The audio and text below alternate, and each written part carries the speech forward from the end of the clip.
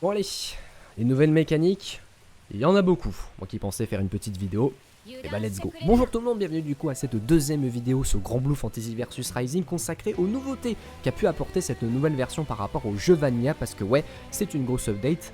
Il y a eu beaucoup de modifications, des ajouts de mécaniques, des petites modifications d'autres, etc.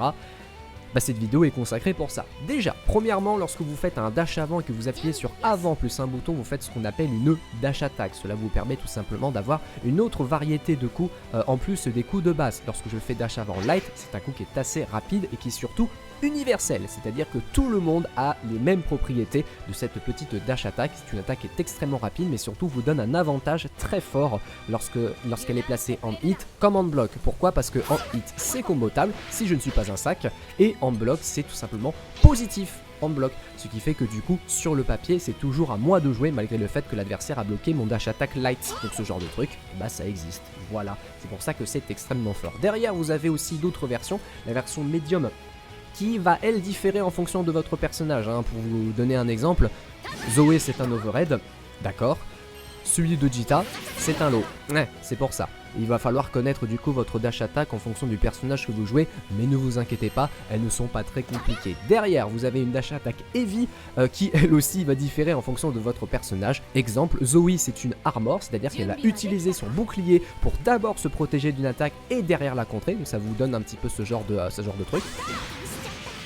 Voilà, et derrière, Jita va tout simplement, elle, balancer une énorme attaque, et lorsqu'elle réussit à toucher son adversaire, et bah elle peut comboter. Comme je vous l'ai dit, ça va dépendre tout simplement de votre personnage. Ça peut être une grosse attaque, une armor, comme un cross-up, comme un overhead, etc., etc.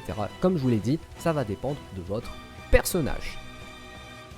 Maintenant du coup on va passer au triple attaque. Lorsque vous appuyez très fort sur votre bouton au corps à corps, vous utilisez ce qu'on appelle un auto combo avec derrière du coup un finisher au niveau du troisième. Et bah ce finisher peut maintenant être différé en fonction du bouton que vous appuyez. Lorsque vous appuyez sur avant médium au niveau du troisième hit de votre auto combo, ça va tout simplement faire un low, donc un coup qui va toucher les pieds. Alors que du coup lorsque vous faites avant heavy lors de votre auto combo sur le troisième coup, cela vous permet de faire un overhead et ça vous permet tout simplement de gratter un tout petit peu de dégâts. Pourquoi je dis un tout petit peu? Parce que, attention, petite particularité, un auto-combo simple, vous pouvez le cancel, contrairement au triple attaque, low et overhead. Vous ne pouvez pas les cancel, j'essaye. Ça marche pas. Même chose du coup pour l'overhead, je peux essayer de cancel, malheureusement ça ne passera pas. Cela vous permet juste de garantir quelques petits dégâts et en fonction de votre personnage pouvoir placer un potentiel mix-up. Pour vous donner un exemple, Zoe peut utiliser ceci et derrière balancer des petites triple attaques et derrière pouvoir ouvrir un tout petit peu plus l'adversaire au niveau des dégâts. C'est pour vous donner un exemple, mais ça va dépendre de votre personnage. Mais pour vous en citer quelques-uns, Zoe, Cagliostro ou encore Nier sont des personnages auxquels vont plus profiter un petit peu de cette nouvelle mécanique qui est la triple attaque. Une nouvelle ressource vient d'arriver dans Granblue Fantasy vs Rising en plus de la jauge de SBA qui est la jauge des Braving Points, et beaucoup de mécaniques tournent autour de cette barre là et du coup ce sera à vous de savoir l'optimiser pour essayer de prendre l'avantage sur votre match en entier. Première mécanique, le Raging Strike. Lorsque vous appuyez sur Medium et Heavy en même temps, voici ce qui se passe. Vous consommez un Bravely Point pour tout simplement ouvrir votre garde de l'adversaire en hit. Command block, laissez-moi vous expliquer. En hit, cela vous permet tout simplement de comboter de manière simple, ça va. Par contre en bloc, et oui, cela vous permet d'ouvrir la garde de votre adversaire malgré le fait qu'il soit en bloc. Attention, ça éjecte extrêmement loin. Et surtout aussi, deuxièmement, ça enlève un BP à votre adversaire. Waouh, ça fait un petit peu un sorte de jeu d'échecs auquel justement vous échangez vous consommez tous les deux une barre de BP dans ce genre de situation. Deuxième nouvelle mécanique qui tourne autour du Raging Strike, qui est tout simplement son follow-up qui s'appelle le Raging Chain. Lorsque vous réappuyez sur les mêmes boutons derrière un Raging Strike en bloc comme en hit, voici ce qui se passe.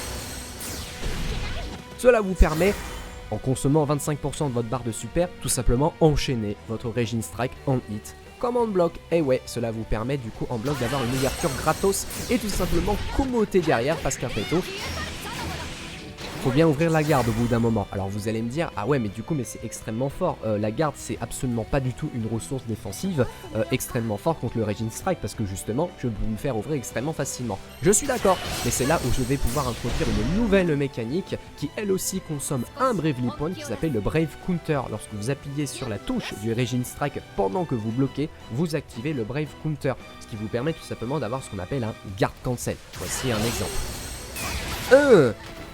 Pour consommer un BP, déjà ça.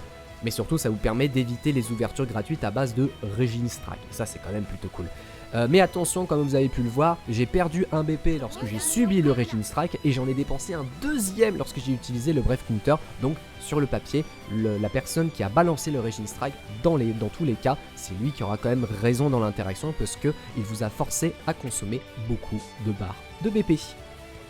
Mais ne vous inquiétez pas, il existe des moyens de récupérer votre barre de BP. Il en existe deux façons. En utilisant la super, vous en récupérez un. Je ne sais pas si vous l'avez remarqué pendant la cinématique,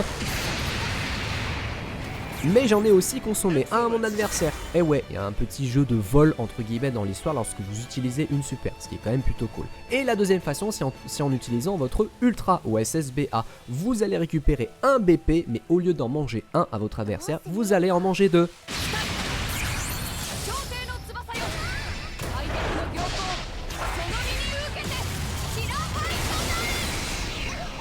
Ce qui est quand même extrêmement intéressant parce que tout simplement vous mettez votre adversaire déjà en état de semi-burnout lorsque vous utilisez l'ultra, et si en plus de ça votre adversaire a maximum de BP, et ben vous pouvez faire encore plus de dégâts sur votre SSBA puisque vous mettrez votre adversaire directement en burnout avant la cinématique et donc du coup avant de mettre les plus gros dégâts.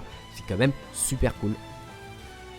Maintenant que j'ai pu parler de tout ce qui tournait autour de la jauge des Bravely Points, nous allons parler maintenant des Ultimate Skills. J'ai pu les présenter durant la dernière vidéo, mais nous allons plus aller dans les détails parce que vous allez voir, il y a une énorme gestion de ressources autour de ces coups-là. Déjà, les Ultimate Skills, c'est quoi? C'est une version ultra améliorée de votre spécial. Littéralement un quatrième spécial qui, sur le papier, est la meilleure. Mais attention, comme je vous le disais, ça utilise cette fois-ci de la ressource, puisque oui, en plus d'utiliser votre compétence, cela utilise aussi la barre de super, soit littéralement 50%.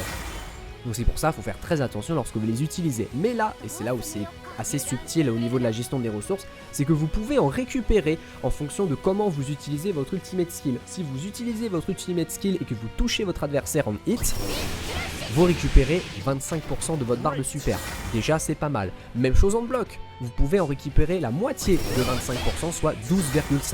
Donc ce qui est quand même plutôt cool. Cela vous permet d'avoir un petit pressing sympathique et qui sait, pouvoir avoir une bonne ouverture de garde et pouvoir récupérer les 25 derniers pourcents si vous réussissez à toucher avec un ultimate skill. C'est quand même sympathique. Derrière, attention, c'est uniquement lorsque vous touchez votre adversaire avec l'ultimate skill de manière nature. C'est-à-dire que si je décide de cancel un normal sur un ultimate skill, je ne récupère pas de barre de super dessus. Pour vous donner un exemple, je récupère bien 25% de barre sur mon quart arrière U, mais si je cancel mon autocombo avec, je ne consomme pas de barre. C'est pour ça qu'il faut savoir connaître chaque subtilité de votre barre de super en fonction de l'ultimate skill que vous utilisez, mais surtout aussi de la façon comment vous les utilisez. Et enfin, dernier truc, grâce aux Ultimate Skills, tous les personnages ont maintenant la possibilité d'avoir un reversal, c'est-à-dire un coup invincible frame 1 vous permettant de reprendre votre tour malgré le fait que l'adversaire vous tape dans la garde, mais vous ne récupérez pas de barre de super lorsque vous l'utilisez. Par exemple, Zoé, elle a maintenant son dragon Ultimate qui est invincible frame 1, et bien si je touche mon adversaire, je ne récupère pas de barre. C'est pour ça, il va falloir faire très attention en fonction du spécial que vous utilisez. Dernier truc aussi, vous pouvez utiliser votre ultimate skill durant le cooldown de cette compétence. Je suis en EX et bah malgré le cooldown, je peux quand même utiliser uniquement la version ultimate, ce qui est quand même plutôt cool. Attention, petite subtilité sera au niveau des dégâts. Voici les dégâts de mon quart arrière U, nature, sans cooldown. Je suis à 2860. Par contre, si je suis en cooldown de ma compétence, je fais 1429, soit la moitié. Et ouais, donc c'est pour ça, il va falloir bien utiliser votre ressource et votre gestion des compétences, puisque ce sera avec ça auquel vous allez bien reprendre, que ça soit votre neutral, faire des bons mix-up au corps à corps, ou tout simplement mettre des gros dégâts à votre adversaire. Ça, c'était les ultimate skills. Je vais être honnête, une mécanique qui est super cool. Dernière modification avant de clore cette vidéo, il s'agit de la shop, puisque oui, la shop a été un tout petit peu modifiée par rapport à Rising. Déjà, premièrement, elle sort plus vite, et ouais, cela vous permet d'être beaucoup plus efficace en offense, mais surtout aussi en défense, puisque oui, elle peut tout simplement punir certains moves, alors que de simples normaux ne peuvent pas forcément le faire. Vous devez bien connaître la frame data pour comprendre comment vous pouvez punir un move avec la shop et non avec un normal. Deuxième truc, vous pouvez maintenant déshop avec un bouton, c'est-à-dire déjà de base, vous pouvez déshop de manière classique avec tout simplement le bouton shop. Ça, il n'y a pas de souci. Mais vous pouvez mâcher durant l'animation de l'attrapage de la shop pour tout simplement vous extirper de cette shop. Mais attention, vous faites forcément une late déshop, c'est-à-dire que vous perdez un tout petit peu de barre de vie et surtout vous avez moins d'avantages par rapport à une déshop tout à fait classique. Donc attention à bien utiliser votre shop et le mash et surtout connaître les subtilités derrière la déshop. Et c'est ainsi que conclut la vidéo sur les nouvelles mécaniques de Granblue Fantasy vs Rising. Oui, il y en a eu beaucoup, mais c'est avec ça auquel que le jeu va pouvoir se complexifier au fil du temps. Pour ceux qui se demandent où se retrouve le rush, l'overdrive ainsi que le backshift de la version versus, sachez que ces mécaniques-là ont été littéralement retirées du jeu puisque elles étaient quand même un peu connes. Sur ce, des bisous, on se retrouve du coup pour une prochaine vidéo et n'oubliez pas, jouez à Granblue versus, surtout Rising, parce que putain le jeu il est bien. Allez, des bisous.